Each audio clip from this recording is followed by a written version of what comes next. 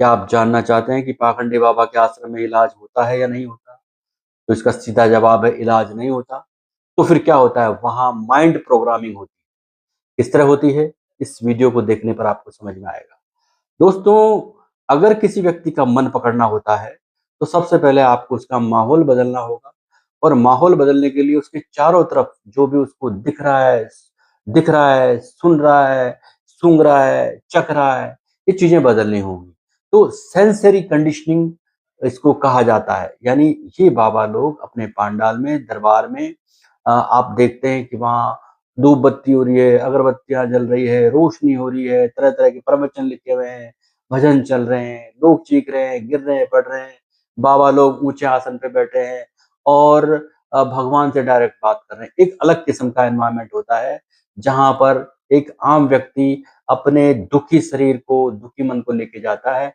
वहाँ पर उसकी माइंड प्रोग्रामिंग का पहला स्टेज शुरू होता है, क्योंकि वहाँ उसकी सेंसरी कंडीशनिंग यानी जो भी वो देख रहा है, सुन रहा है, महसूस कर रहा है, वो सेंसरी कंडीशनिंग होना शुरू हो जाती है। पूरा माहौल व्यक्ति के दिमाग का बदल जाता है।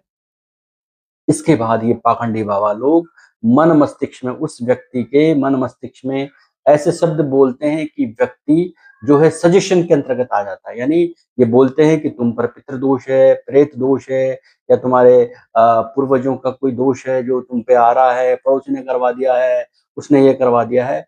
तो साइकोलॉजी में इसको सजेस्टिबिलिटी कहा जाता है। यानी उस व्यक्ति की सोच को थोड़ा किया जाता है और जैसे ही सोच थोड़ी होने लगती है, कम होने लगती है, व्यक्ति का बाबा में विश्वास बढ़ने लगता है। इसके बाद बाबा उस व्यक्ति में डर की घूंट डालना शुरू करता है, जिससे वो राहत महसूस करता है। जैसे ही व्यक्ति को डराया जाता है, व्यक्ति राहत महसूस करता है क्योंकि वो तसल्ली भी दे रहा होता है और साइकोलॉजी में इसे फियर रिलीफ साइकिल कहते हैं। यानी पहले फियर, फिर रिलीफ, फिर फियर, फिर रिलीफ। तो ये फियर रिलीफ साइकिल होती है। तो धीरे-धीरे उस आदमी की पहचान बदलने लगती है।